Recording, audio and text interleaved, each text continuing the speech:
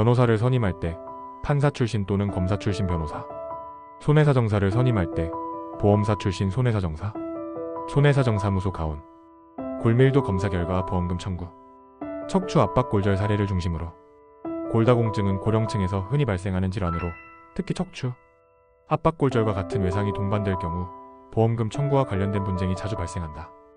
보험 실무에서는 골다공증의 정도를 객관적으로 파악하는 척도로서 T스코어, G스코어를 중요하게 다룬다. 이는 뼈의 밀도를 수치화한 값으로 국제적으로 통용되는 기준에 따라 질환의 정도를 판정하게 된다. T스코어와 G스코어에 의해 T스코어는 환자의 골밀도를 건강한 젊은 성인의 평균과 비교한 지표이다.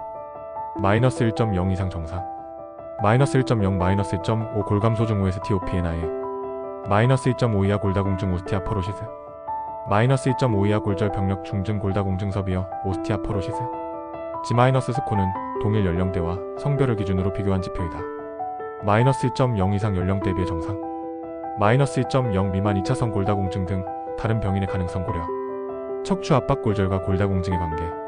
척추 압박 골절은 외상, 골다공증 또는 병적 요인으로 인해 척추체의 높이가 주저앉는 형태로 나타나며 영상검사 MRI, CT, X-레이상 변형, 각도 후 망각나 압박률, 골신호 변화 등을 근거로 진단된다. 특히 골다공증에 의한 압박 골절은 미세한 충격에도 발생할 수 있으므로 골밀도와의 연계가 중요하다. 실제 보험 실무에서는 다음과 같은 평가 절차가 적용된다.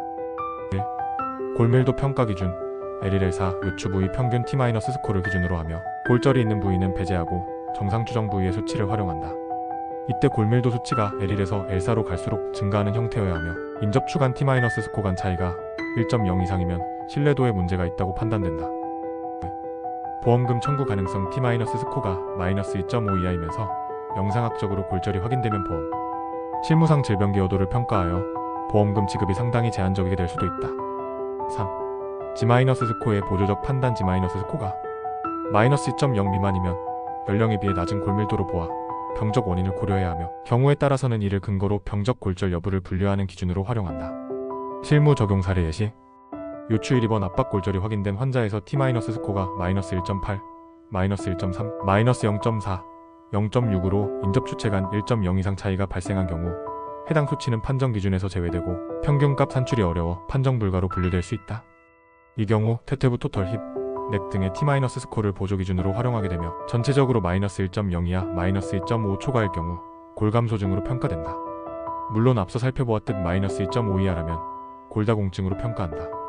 골밀도가 보험사의 장애 지급 기준에 따라 일정 수준 이상일 경우 기여도 없는 단순 외상에 의한 골절로 평가되어 지급 가능성이 높아진다. 결론. 골밀도 검사 결과는 보험금 청구에서 결정적 판단 근거가 되며 특히 T-스코어의 수치뿐만 아니라 골절 유무, 후유증의 정도, 신체 기능 저하 여부 등 다각적인 의료 정보가 함께 고려되어야 한다. 보험사 측은 노화성 변화 또는 측정 오류 등을 이유로 부지급을 주장하는 경우가 있으나 이에 대해 후유장애 진단서, 전문의 소견서, 영상검사 결과 등을 체계적으로 준비한다면 정당한 보험금 수령이 가능하다. 보험금 청구 또는 분쟁이 우려되는 경우 손해사정사 등 전문가의 자문을 받는 것이 실무적으로 매우 효과적이다. 손해사정사무소 가온이었습니다. 감사합니다.